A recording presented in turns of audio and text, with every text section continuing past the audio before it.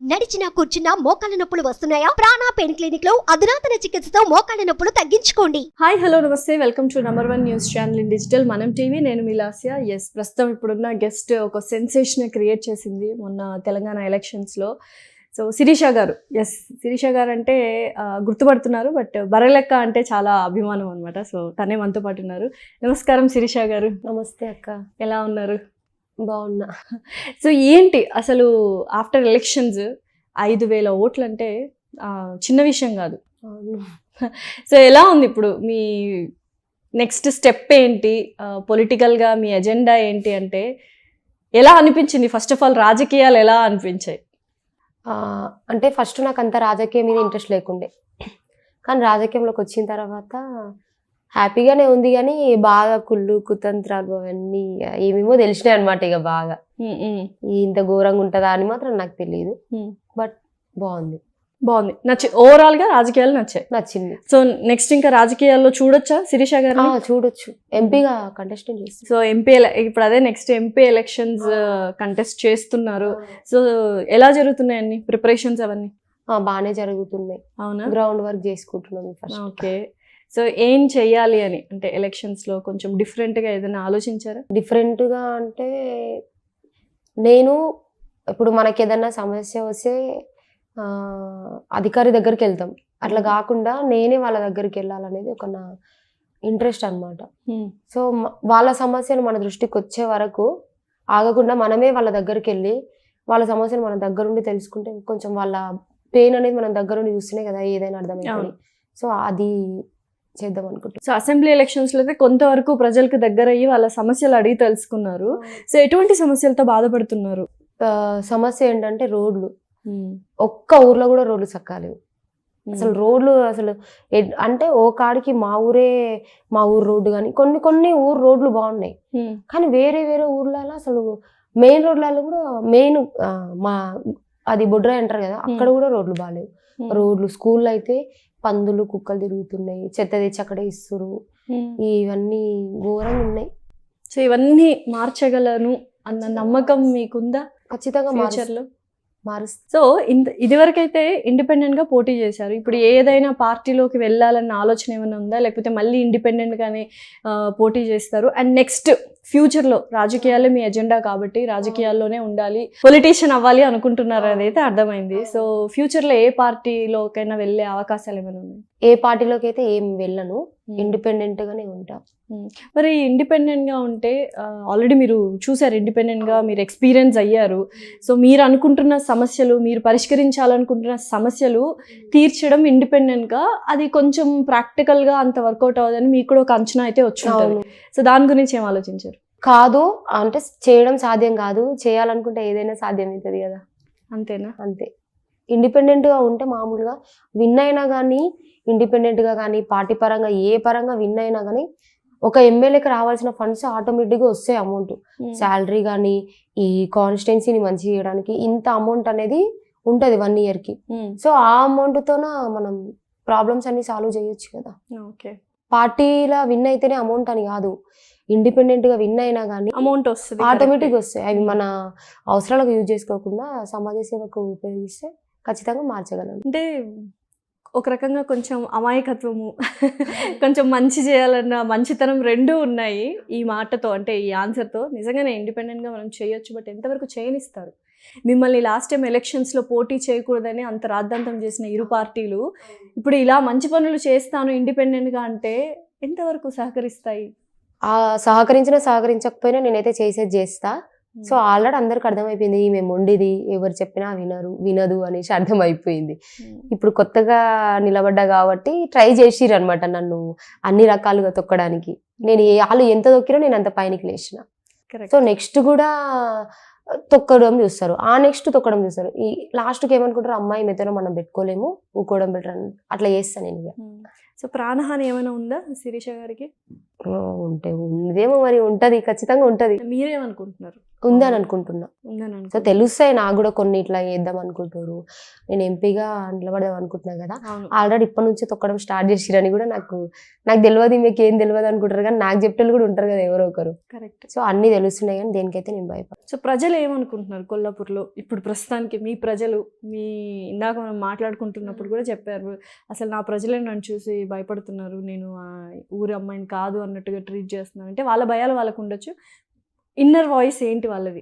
అంటే మామూలుగా ఏమనుకుంటారు అంటే వాళ్ళు కొత్తగా వచ్చింది, సో కొత్తగా వచ్చింది కాబట్టి ఉంటుందో ఉండదో, ఈమె ఎట్లుంటుందో. ఇప్పుడు ఎవరినైనా నమ్మరు అంత ఈజీగా, మనం ఒక వస్తువు కొనాలంటేనే ఆలోచించి చూసి ఉంటాం. సో అలాంటిది 5 సంవత్సరాలు ఎన్నుకోవాల్సిన ఎమ్మెల్యేని కాబట్టి వాళ్ళు ఏమనుకున్నారంటే మీ చిన్న ఏజ్ ఉంది, మెయిన్ నా ఏజ్, వాళ్ళ ప్రాబ్లం ఏంటంటే నా ఏజ్, కరెక్ట్. మీ చిన్న ఏజ్ అంటే అనుభవం లేదు, అదే అనుకున్నారు ఇక. కానీ నాకు చాలా అనుభవం ఉందని వాళ్ళు అర్థం చేసుకోలేకపోయారు అనేది చిన్న బాధ. అసలు నేనే అడుగుతున్నా, ఎటువంటి అనుభవం మీరు పొందారు ఈ జర్నీలో? చిన్నప్పటి నుంచి హ్యాపీగా ఉండి డబ్బులో పెరిగిన వాళ్ళకి డబ్బు వాల్యూ అనేది తెలియదు. ఒక పేదరికం నుంచి వచ్చిన వాళ్ళు విన్ అయ్యారనుకో, పేదరికం ఇంకొకరు బాధపడొద్దని ఆలోచిస్తారు. నేను ఎన్నో అనుభవించిన, డబ్బు పరంగా కానీ మనుషుల మాటలు కానీ చాలా అనుభవించిన. సో రేపు నాలాగా ఎవరు కావద్దనే నేను ఆలోచిస్తాను. డబ్బున్న వాళ్ళకి కొంచెం తెలీదు బంధాలు అవన్నీ. సో నన్ను గెలిపించింటే కాన్స్టిట్యున్సీ మొత్తం మార్చేసేదాన్ని అంతేనా? ఖచ్చితంగా. కానీ నెక్స్ట్ అయినా ట్రై చేస్తా, కొల్లాపూర్ కాన్స్టిట్యున్సీలో ఎమ్మెల్యేగా ఖచ్చితంగా గెలిచిన దగ్గర వదిలిపెట్టాను ఇక. సో ఖచ్చితంగా అంటే నెక్స్ట్ ఎలక్షన్స్ టైంకి అంతా ఒక కార్యాచరణ అయితే సిద్ధం చేసుకున్నారా? ఈ 5 ఏళ్ళు స్టార్ట్ చేసిన ఆల్రెడీ. ఏం చేస్తున్నారు? ఇప్పుడు కొంతమంది చదువుకోలేని సిచ్యువేషన్స్ లో ఉంటారు పిల్లలు, సో వాళ్ళని కలెక్ట్ చేస్తున్నా, వాళ్ళని చదివించడానికి. డబ్బులు ఎక్కడి నుంచి వస్తుంది? నాకు డబ్బు ఏం లేదు, మనం ఒక మంచి పని చేస్తే ఆటోమేటిక్గా ఏదో ఒకటి అవుతుంటది. అవునా? సో నాకు ఎంతో కొంత ఎలక్షన్ అమౌంట్ కొంచెం మిగిలింది. సో మిగిలిన కాడికి నాకు ఏం వద్దు. సో ఇప్పుడు నేను ఒక మంచి పని చేస్తున్నాను చెప్పేసి ఆ మంచి పనిలో మా వంతుగా మా చేయి కూడా ఉండాలని ఎంతో మంది నాకు డబ్బులు హెల్ప్ చేసి. ఫండింగ్ వచ్చిందంటారు లాస్ట్ టైం ఎలక్షన్? వచ్చింది. అయితే ఆ ఫండ్ నా స్వార్థంగా నా అవసరాలకు కాకుండా వాళ్ళు నా మీద ప్రేమతో నేను మంచి చేస్తున్నానే కదా నాకు ఇచ్చింది. కరెక్ట్. సో అదే నేను ఇంకొకరికి మంచి చేస్తే ఇంకా బాగుంది. డబ్బు మంచి పనులకే ఉపయోగిస్తాను. ఓకే. సో మొత్తం అంతా సిద్ధం చేసుకున్నారా? ఎవరెవరిని చదివించాలి ఏంటి? ఇంకా చెప్పి పెట్టిన ఆల్రెడీ తెలుసుకోలేదా ఫ్యామిలీ బ్యాక్గ్రౌండ్ అన్ని తెలుసుకొని హెల్ప్ చేయాలి. సో అవన్నీ నా టీం ఉంది, వాళ్ళు చేస్తున్నారు. అవునా? సో ఇంట్లో వాళ్ళు ఎలా స్పందించారు? ఎందుకంటే తమ్ముళ్ళు చాలా చిన్న తమ్ముడు చాలా ప్రాబ్లం ఫేస్ చేశాడు మీ డెసిషన్ వల్ల. యాక్చువల్గా చెప్పాలంటే మీరు ఏడవడం కూడా జరిగింది ఆ వీడియోలో. నిజంగా అందరు కన్నీరు మున్నీరు అయిపోయారు. అసలు ఎలా ఉంది ఇప్పుడు? తను సపోర్ట్ చేస్తున్నాడు అంటే చిన్న పిల్లడు, మీ వయసే చిన్నది. అవును. తమ్ముడు అంటే ఇంకా చిన్న వయసు కాబట్టి అక్క ఎందుకు మళ్ళీ నన్ను కొడతా ఇలా ఏమైనా మాట? అలా ఏం లేదు, మనం మంచి చేసినప్పుడు అట్లనే వస్తాయి. తర్వాత మనం ఆటోమేటిక్గా మనకు ఒక పొజిషన్ వచ్చి మనం మంచి చేస్తుంటే మనకు ఇప్పుడు నాకేమైనా చెడు జరిగితే 100 చేతులు ఉన్నాయి కాపాడడానికి. ఇప్పుడు నేను ఇంకా మంచి చేస్తే 1000 చేతులు అయితే. సో ఇప్పుడు ఎంత బలగం ఉంది శిరీష గారు? ఉంది, చాలా ఉంది. అవునా? 100లో ఉంది, లక్షల్లో ఉంది. లక్షల్లో ఉందా? సూపర్. సో ఎంపీ ఎలక్షన్స్ కి ఆల్రెడీ మీరు సిద్ధం చేశారు. ఏమైనా బెదిరింపు కాల్స్ కానీ లేకపోతే? కాల్స్ ఇట్లా రావట్లేదు, కాల్స్ అయితే ఏం రాలేదు, కానీ కుట్రలు ఉన్నాయి, చేస్తున్నారు. అంటే ఏ కైండ్ ఆఫ్ ఎక్కడి నుంచి వచ్చిందంటే తెలిసిన వాళ్ళే చెప్పారు? ఏమని చెప్పారంటే కొంచెం జాగ్రత్తగా ఉండు, ఇట్లా చేస్తురు, ఎక్కడో కాదు నీ చుట్టుపక్కల, నేను ఊర్లో వాళ్ళే, మా ఊరు కాదు వేరే ఏరియాలను మాకు దగ్గర వాళ్ళు అనమాట. సో వాళ్ళు ఇట్లా చేస్తున్నారు, కొంచెం జాగ్రత్తగా ఉండు అని చెప్తున్నారు. ఇంకా మరి అంటే ఎలాంటి జాగ్రత్తలు తీసుకుంటున్నారు? నేనేం జాగ్రత్త, హైదరాబాద్ వచ్చేసారు ఇక్కడికి, సింపుల్ గానే వచ్చారు, ఏదైనా జరగచ్చు. సో ఇంట్లో వాళ్ళకి భయపడ్డం కానీ మీరు ఏమైనా కొంచెం జాగ్రత్తలు తీసుకోవడం కానీ అట్లా ఏమైనా? నేనేం జాగ్రత్తలు తీసుకోవట్లేదు, మీరే చూసిరు ఒక్కదాన్ని వచ్చిన. అంతేనా? ఎందుకు భయపడడం, ఏం భయపడను. పుట్టినాం, ఏదో ఒకటి సాధించాలి, పోవాలంతే. సో ఏం సాధించాలి అనుకుంటున్నారు? ప్రజల సేవని అనుకుంటున్నారు? అంతే, ప్రజల సేవ చేయాలి.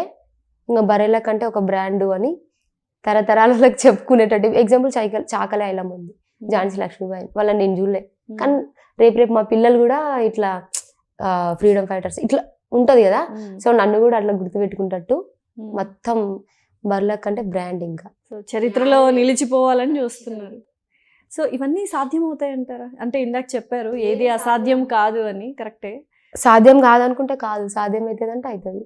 సో ఇప్పుడు ఇంతకుముందు కేసీఆర్ గారి పాలన నచ్చకో లేకపోతే తిరుగుబాటు చేసో ఉద్యోగాలు ఇవ్వడం లేదనో, జాబ్ క్యాలెండర్స్ లేవనో, నిరుద్యోగ సమస్య ఎక్కువైందనో మీరు పోరాటం అక్కడ నుంచే బీజం స్టార్ట్ అయింది, ఆ వీడియో నుంచే. ఆ వీడియోలో ఉద్యోగాల సమస్య గురించే. సో ఇప్పుడు పాలన, రేవంత్ రెడ్డి గారి పాలన ఎలా ఉంది? ఆయన జాబ్ క్యాలెండర్స్ రిలీజ్ చేస్తా అంటున్నారు. అండ్ అందులోని ఇవాళ టీఎస్పీఎస్సీతో సమీక్ష కూడా ఉంది. సో 2 లక్షల ఉద్యోగాలు ఇస్తాము అంటున్నారు.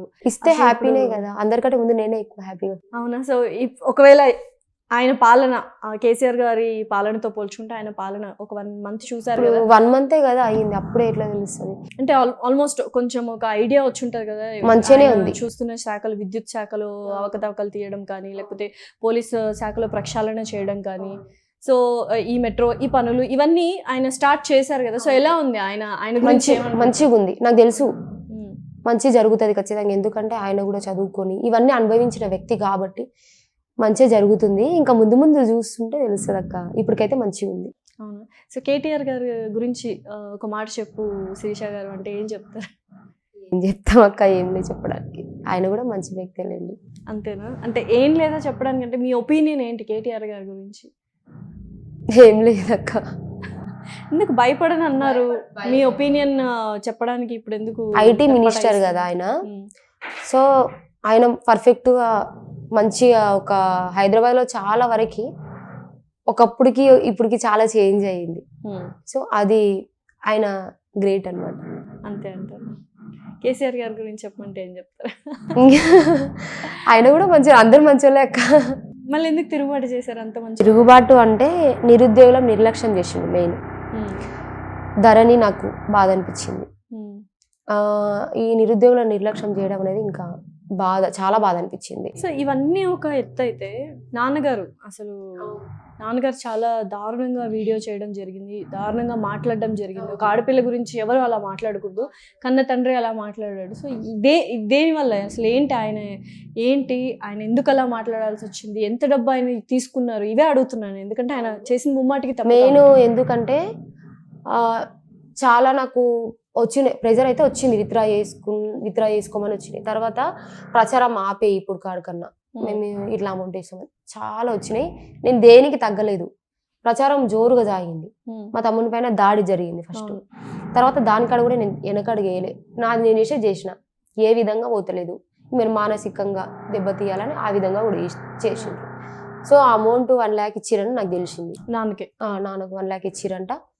ఇక తాగిపించి వీడియో చేయించారు. సో వెనకాల ఆల్రెడీ వేరే వాళ్ళ వాయిస్ వినిపిస్తుంది వీడియోలో, వేరే వాళ్ళు చెప్తారు ఇట్లా చెప్పు అని చెప్తారు. సో ఏదేమైనా కానీ వేరే వాళ్ళ మాటలని, ఒక తాగుడుకు బానిసైన వాళ్ళు చాలా మంది ఫాదర్స్ ఉన్నారు, కానీ వాళ్ళ పిల్లల గురించి చెడ్డ చెప్పిన వాళ్ళు లేరు. సో నేను మామూలుగా కొన్ని న్యూస్లలో చూసిన, తండ్రి ఇట్లా చేసిండు పిల్లల్ని అట్లా చూడడమే, అంటే పేపర్లో చూడడం, న్యూస్లలో చూడడం, కానీ డైరెక్ట్ చూడడం అంటే మా ఫాదర్ ఏమో నుంచి అయినా నేను ఫస్ట్ టైం చూడడం. సో నాకు ఫాదర్గా చెప్పుకోవడం కూడా ఇష్టం అనిపిస్తలేదు. సో ఇప్పుడు ఎందుకు ఆయన అలా అంటే మీ మధ్య ఆయనకి మెంటల్ కండిషన్ సరిగ్గా లేదు. ఆయన చాలా డేస్ అయితే ఇంట్లోకి వెళ్ళిపోయి ఆయనకి ఇంకా మైండ్ సరిగ్గా లేక శ్రీశైలం అక్కడిక్కడ అడుక్కుంటున్నాడు, బిచ్చపున్ లెక్క అడుక్కుంటే. నా ఫ్రెండ్స్, మా తమ్ముడు ఫ్రెండ్స్ ఇట్లా మీ నాన్న తిరుగుతుండు, ఎన్ని రోజులున్నా మీ నాన్న మీకు కావాలి అది ఇదని చెప్తే మేము తీసుకొచ్చి హెల్త్ బాగాలేకుంటే కాలు అవన్నీ ఫ్రాక్చర్ అయినాయి అనమాట. సో అవన్నీ తీసుకొచ్చి మంచిగా చేసుకున్నాం. మేము చేసిన తర్వాత మళ్ళీ వెళ్ళిపోయిండు. సందు కాలేదు ఇంట్లో, ఏం సందు కాలేదేమో. ఇక మళ్ళీ అమౌంట్ తీసుకొని వెళ్ళిపోయి ఇక ఎక్కడ డబ్బులు లేవు, కరెక్ట్ టైంలో వీళ్ళు దొరికించుకొని డబ్బులు ఇచ్చి తాగిపించి చెప్పించారు వీడియో. అందులో ఏది నిజం కాదు, అన్ని అవాస్తవాలే. ఇంకా అవాస్తవాలే అంతే ఉంటే ఇక అవాస్తవాలే. ఇక నిజాలు ఉన్నా కానీ దాని గురించి నేనేం చెప్పను. ఇక ఆయన చెప్పిన దానిలో ఒక్కటి నిజం ఉంది. సో కానీ దాన్ని కూడా నేను తప్పుగా భావించట్లేదు. కొన్ని లైఫ్లు ఉంటాయి, అన్ని కరెక్ట్గా ఉండవు కదా. 5,000 ఉన్నాయి, 5,000 కరెక్ట్ ఉండవు కదా. కరెక్ట్. ఇక అదేదో చిన్న ఏజ్లో మిస్టేక్ అయిపోయింది. తర్వాత నేను అవి కొన్ని వదిలేసుకొని హ్యాపీగా ఉన్నాయి. ఇప్పుడు Of course, ఇప్పుడు అది- నాకు ఈ దారికి వెళ్ళి పోతున్నా, ముండ్లు ఉన్నాయి, మంచి దారి నేను వెతుక్కుంటా, అవునా కాదా? కరెక్ట్. ఈ దారిలో పోయినా నాకు ముండ్లు కనబడ్డాయి, నాకు వద్దు ఆ దారిని వదిలేసుకొని ఇప్పుడు నా దారిలో నేను వెళ్తున్నా.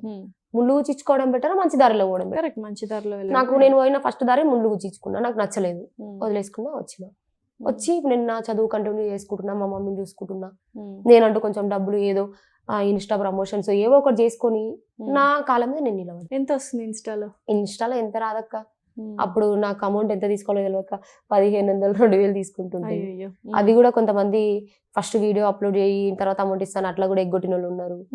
ఇక నా అమాయకత్వాన్ని వాళ్ళు వాడుకుంటారు. ఎట్లా అంటే సిస్టర్ మేము కూడా నీ లెక్క బయటకు వచ్చిన వాళ్ళ, మేము మాత్రం డబ్బులు లేవు, ప్లీజ్ సిస్టర్ హెల్ప్ చేయండి అంటే నాకు బాధ అనిపిస్తుంది. సరే కొంతమంది హౌస్ వైఫ్స్ ఉంటారు కదా, అట్లా వాళ్ళు సిస్టర్ ఏదో హస్బెండ్ శాలరీ తక్కువ వస్తుంది, నా హస్బెండ్కు అండగా ఉండాలి ఇట్లా అట్లా అంటే, సరే ఏదో పరిస్థితులు. మంత్లీ ఇన్కమ్ ఓవరాల్ గా ఎంత ఉండొచ్చు అంటే ఎంత రాదు, 5,000-6,000 అంతే. అంతేనా? హాస్టల్ ఫీజు ఎలాగ అంటే ఇప్పుడు ఏం చేస్తున్నావు, ఇప్పుడు పాలిటిక్స్ అంటే ఎలక్షన్స్ అయిపోయాయి, మరి ఎంపీ ఎలక్షన్స్ లో మళ్ళీ బిజీ అవుతావు. సో మధ్యలో ఫండింగ్ అయితే నువ్వు డబ్బు ముట్టవు, నాకు తెలిసి మంచి పనులకే వాడుతున్నావు అని నువ్వు ఆల్రెడీ చెప్పావు కూడా నాకు. చెప్పినా నేను ఏదన్నా చెప్పను, చాలా వరకు చెప్పినంటే అది ఖచ్చితంగా చేస్తా. సో మరి ఇల్లు గడవడం ఎలాగా?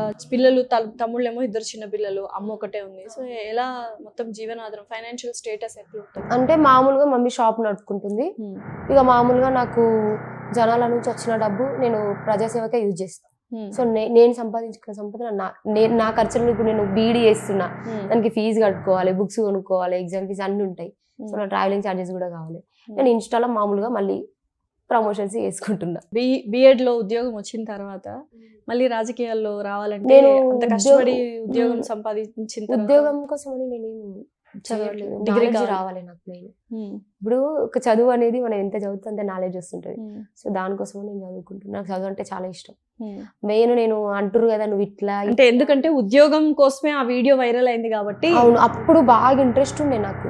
నేను ఏ కోర్స్ చేసినా కానీ డిపార్ట్మెంట్ అంటే నాకు ఇష్టం.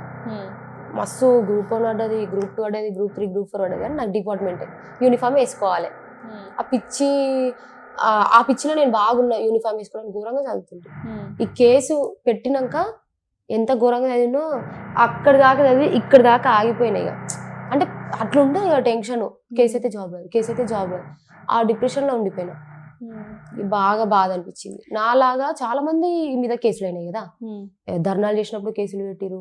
సో ఇది కాదు, ఏదో ఒకటి పోరాటం చేయాలి, రేపు నాలాగా ఇంకొకరు అనుభవించకూడదు. ఇప్పుడు ఏదైనా కానీ మనం చెప్తేనే, ఇప్పుడు ఒక వ్యక్తి తప్పు చేస్తారు, అరే నువ్వు తప్పు చేస్తున్నావు అంటే ఇది తప్ప అని అర్థమవుతుంది వాళ్ళకి. మనం ఏమనుకుంటుంటే ఉంటే ఏమర్థమవుతుంది? ఇప్పుడు నోటిఫికేషన్ రానప్పుడు నేను నోటిఫికేషన్స్ వస్తలేవు, బర్లను కాసుకుంటాను అని చెప్పిన, 1 month నోటిఫికేషన్ వచ్చింది. ఇప్పుడు ఏదైనా మిస్టేక్ చేస్తేనే, అది ఎంత పెద్ద పొజిషన్ కానీ ఎవరైనా కానీ, మనం ఇది అని మన బాధ చెప్పుకుంటేనే అరే ఈమెకి ఇది బాధ అవుతుంది, ఇది కరెక్ట్ చేద్దాం అనుకోవాలి. కానీ ఈమె ఇట్లా చెప్తుంది కదా అని ప్రశ్నించే గొత్తును తొక్కుదామంటే ఇట్లనే లేస్తారు ఇక మనం. ఇప్పుడు బీఆర్ఎస్కి వ్యతిరేకంగా నువ్వు పోరాటం సాగించావు. సో ఆబ్వియస్లీ రాజకీయాల్లో ఎలా ఉంటుందంటే, ఎవరికి వ్యతిరేకంగా ఉంటే అనుకూలంగా ఉన్న వాళ్ళు, ప్రతిపక్షంగా ఉన్న వాళ్ళు, ఆపోజిట్ వాళ్ళు వచ్చి మాట్లాడడం కానీ, మా పార్టీలో చేరడం కానీ అలా జరుగుతుంది. సో ఇప్పుడు ఎలాగో నువ్వు అనుకున్నట్టు బీఆర్ఎస్ వ్యతిరేకంగా, బీఆర్ఎస్ ఓడిపోయింది అనుకో, ఓడిపోవాలనుకోలేదు నువ్వు, బట్ వ్యతిరేకంగా పోరాటం చేసావు, అది ఓడిపోయింది, వెల్ అండ్ గుడ్. కాంగ్రెస్కి నువ్వు సపోర్ట్ చేయలేదు, బట్ స్టిల్ కాంగ్రెస్ నాయకులు కావచ్చు, రేవంత్ రెడ్డి గారు కావచ్చు, మిమ్మల్ని అప్రోచ్ అవ్వడం జరిగిందా, మా పార్టీలో జాయిన్ అవ్వండి, సో నెక్స్ట్ లేదు టికెట్ ఇస్తాము అలా? లేదు, నాకు ఎవరేం పిలవలేదు. అయితే యూట్యూబ్ లో కొన్ని తమిళస్ పెట్టిండు, బర్లక్కని కలిసిండు, రేవంత్ రెడ్డి ప్రమాణ స్వీకారానికి వచ్చిండు, ఎంపీ పదవి ఇస్తుండు అనేసి కొన్ని ఫేక్ న్యూస్లు హల్చల్ చేస్తారు. సో వాళ్ళు వాళ్ళ రేటింగ్స్ కోసమే అలా పెడుతురు తమ్నెయిల్స్. సో నాకైతే ఇప్పుడు ఎవ్వరు అప్రోచ్ అవ్వలేదు. అప్రోచ్ అయితే మెయిన్ న్యూస్ పేపర్లు అనేది పెద్ద, న్యూస్ పేపర్లు అబద్ధం వేయడానికి రాదు. ఈ వీడియో చూసిన వాళ్ళకి నేను ఒకటే చెప్తున్నాక, న్యూస్ ఛానళ్ళ పెద్ద పెద్ద న్యూస్ ఛానల్స్ ఉంటాయి, నైట్ టైం వచ్చే న్యూస్ ఛానల్స్, అందులో వాళ్ళైతే ఫేక్ వేయడానికి రాదు, ఖచ్చితంగా నిజమే వేయాలి. సో అలాంటి దాంట్లో వస్తే నమ్మాలి. మీ వ్యూవర్స్ ఉంటారు కదా, వాళ్ళకి ఒకటే చెప్తున్నా, న్యూస్ పేపర్లో వచ్చినాయి కానీ న్యూస్ ఛానళ్ళలో వచ్చినాయి మాత్రమే నమ్మాలి. నా గురించి ఏమైనా వస్తే వాళ్ళు ఖచ్చితంగా చెప్తారు. సో అట్లా యూట్యూబ్ తమ్నెయిల్స్ చూసి చాలా మంది ఏమంటారంటే, ఇంకొంతమంది మహేష్ బాబు గారు వచ్చారంట కానీ కారు ఇచ్చారంట కదా అంటున్నారు, ఇంకా ఎన్టీఆర్ గారు, సోను సూద్ గారు, ఎవరెవరు వచ్చారంట, హెలికాప్టర్లో మీ ఇంటి చుట్టూ డబ్బులు చల్లిపోయారంట అంటే, ఏ మనుషులు అయినా అనిపిస్తుంది. వాళ్ళు ప్రతి ఒక్కరు అవే క్వశ్చన్స్ అడుగుతారు. ఇక హీరో ఫోటో పెడతారు, పక్కన నా ఫోటో పెడతారు, మధ్యలో డబ్బులు పెడతారు, డబ్బులు ఇచ్చిండని. ప్రస్తుతానికి అయితే నీకు ఏం రాలేదు money. ఎవ్వరు రాలేదు, ఒక్క హీరో రాలేదు. జబర్దస్త్ నుంచి అవినాష్ అన్న వచ్చిండు. అవినాష్ అన్న వచ్చి స్పీచ్ ఇచ్చి వెళ్ళిండు. ఇంకా అభి అన్న And, ఇంకా డైరెక్టర్ అభి అన్న అవినాష్ అన్న వచ్చిరు, అంతే ఇంకెవ్వరు రాలేదు. సో వాళ్ళు ఏమైనా డబ్బు సహాయం చేయడం డబ్బు సహాయం చేయలే, డబ్బు కంటే విలువైనది మాట సహాయం చేసింది చాలు. ఓకే. మరి అంతే కదా, ఇప్పుడు వాళ్ళు ఎంత దూరం నుంచో వాళ్ళు ఎంత బిజీగా ఉంటారు మామూలుగా, అట్లాంటిది వాళ్ళు అంత దూరం వచ్చి నాకు ఓటేయమని చెప్పి స్పీచ్ ఇచ్చిరంటే. ఇప్పుడు జేడి అంటే జేడి సార్ వచ్చి మీకు సపోర్ట్ చేయడం గురించి జరిగింది. ఇప్పుడు ఆయన సొంత పార్టీ పెడుతున్నారు, పెట్టిరు కదా ఆల్రెడీ. ఎస్ పెట్టారు. సో దానికి మీరేమైనా జాయిన్ అవ్వాలి అన్నట్టుగా ఏమైనా ఆలోచన ఏమైనా ఉంది? ఇప్పటికైతే ఇంకా ఏం ఆలోచన లేదు అక్క. ఆయన పిలవడం కానీ అలా సార్ ఎప్పుడు నాకు సపోర్ట్ చేస్తాడు. ఆయన మళ్ళీ నేను ఆయనకు ఆపోజిట్ నిలబడ్డాని నన్ను దూషించడం అట్లయితే చేయడు. నువ్వు ఏ విధంగానే చేయి, ఆయన ప్రజలకు మంచి చేయాలనే పార్టీ పెట్టిండు. సో నేను ప్రజలకి మంచి చేయాలనుకుంటున్నా. సార్ నేను ఎక్కడికి వెళ్ళినా ఎక్కడున్నా ఆయన సపోర్ట్ అయితే నాకు. ఏదో ఒక రోజు అంటే మంచి చేద్దాము అన్న దృక్పథంతో ఉన్నావు కాబట్టి మీరు ఏదో ఒక రోజు మీకు అర్థమవుతుంది, ఓకే ఒక పార్టీ ఉంటేనే నేను ఆ పనులన్నీ చేయగలను. సో అలాంటప్పుడు ఖచ్చితంగా జేడి గారిని ఆశ్రయిస్తారా? అప్పుడు ఆ సిచ్యువేషన్ వచ్చినప్పుడు అక్క ముందే ఎప్పుడు ఏమనిపిస్తుంది అప్పుడు అదే చేయాలి. ఇప్పుడే అనుకుంటే ఇక అది ఒక మైండ్ ఉండిపోతుంది కదా. అండ్ మొన్న వైఎస్ జగన్మోహన్ రెడ్డి గారు కూడా అవును పవన్ కళ్యాణ్ గారి కంటే బర్రెలక్క చెల్లెమ్మ చాలా బెస్ట్, చాలా 100 రెట్లు బెస్ట్ అన్నారు. సో దాని మీద మీ కామెంట్ ఏంటి? జగన్ గారు మెచ్చుకోవడం నాకు హ్యాపీయే, కానీ పవన్ కళ్యాణ్ గారిని తక్కువ చేయడం నాకు మంచిగా. బట్ అంటే ఆఫ్ కోర్స్ పవన్ కళ్యాణ్ గారి గురించి కాకుండా అక్కడ వాస్తవం ఏంటి అనేది చూసారు అక్కడ. అదే సో ఇప్పుడు బర్లక్కకి ఇట్లా ఓటింగ్ వచ్చింది, ఆమె చాలా గ్రేట్ అని అక్కడికాడికి అంటే అయిపోతుండే. కానీ ఇట్లా పవన్ కళ్యాణ్ తక్కువ అది ఇది అనడం సరే, ఎవరిది వాళ్ళకు ఉంటుంది. నా మీద ఉండే అభిమానం నా మీద ఉంటుంది, ఆయన మీద ఉంటే ఎవరి అభిమానం వాళ్ళకి. ఇప్పుడు 10 మంది ఉన్నప్పుడు 10 మంది మీద 10 మంది అభిమానం ఉంటుంది. సో ఇక ఆయన తక్కువ చేయడం అనేది నాకు కొంచెం బాధ అనిపించింది. ఇప్పుడు అందరూ చాలా ఇన్స్పిరేషన్ గా తీసుకుంటున్నారు శిరీష గారు మిమ్మల్ని. సో ఒక నిజంగానే ఒక యూత్ ముందుకు రావాలి. ఇప్పుడు పాలిటిక్స్ లో అందరూ డాక్టర్లు, ఇంజనీర్లు, యుఎస్లు అక్కడికి ఇక్కడికి వెళ్ళిపోతున్నారు, లేకపోతే ఏదో ఒక జాబ్ వెతుక్కుంటున్నారు, గవర్నమెంట్ జాబ్. పొలిటీషియన్ అవ్వాలని ఎవరు అనుకోవట్లేదు. అండ్ సినిమాలో చూపించినట్టుగా చాలా వరకు నిజంగా ఒక యూత్ ఐకాన్ లాగా మీరు వచ్చారు. వైఎస్ షర్మిల గారిని కూడా చాలా మంది ఒక యూత్ ఐకాన్ గానే చూస్తారు. బట్ స్టిల్ మిమ్మల్ని చూసి చాలా నేర్చుకోవాలి అని ఒక మాట అన్నారు. సో దాని గురించి మీరేమంటారు? చాలా హ్యాపీగా అనిపించింది. ఇంకా ఏమన్నారంటే నన్ను ఇన్స్పిరేషన్ గా తీసుకొని చాలా మంది నెక్స్ట్ ఎంపీ ఎలక్షన్ లో పోటీ చేస్తున్నారు. నిజమే, మాకు కూడా కాల్స్ వచ్చాయి. యాక్చువల్గా బర్రెలక్క గారి ఇన్స్పిరేషన్తో నేను ఎంపీగా పోటీ చేయాలని చెప్పి నిజంగానే ఒక 2-3 కాల్స్ నిజంగానే వచ్చాయి.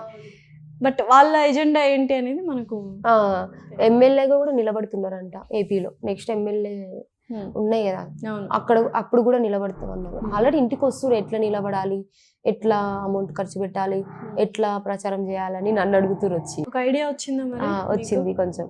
సో వాళ్ళందరికీ చెప్పారా మరి? చెప్పిన. సో ఏం కావాలనుకుంటున్నారు అండ్ ప్రజలకు ఏం చెప్పాలనుకుంటున్నారు? ఎంపీ ఎలక్షన్స్ కూడా దగ్గరలో ఏం చెప్పాలనుకుంటున్నారు? ప్రజలకు ఏం చెప్పాలనుకుంటున్నా అంటే నెక్స్ట్ ఎంపీగా నేను ఖచ్చితంగా నిలబడతా.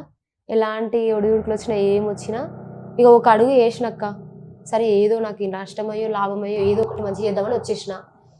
సో నన్ను కూడా గుర్తించి నన్ను గెలిపించండి, ఏదో ఒక విధంగా గెలిపించండి. తర్వాత నేను ఏమైనా మంచి చేయకుంటే వాళ్ళందరిలో నేను ఒక ఉండేదాన్ని కదా. సో అమ్మాయిని కాబట్టి కొంచెం జాలిగుండం అనేది ఖచ్చితంగా ఉంటది. ఓకే, కాబట్టి ఖచ్చితంగా నేను 100% మంచి చేస్తాను. సో ప్రస్తుతానికైతే ఏ పార్టీలో చేరట్లేదు, పార్టీలో చేరే ఉద్దేశం కూడా లేదు ఇప్పుడు ప్రస్తుతానికి. ఇప్పుడైతే ఫ్యూచర్ లో ఉండొచ్చు, ఏమో చూద్దాం. Okay, thank you so much. Thank you.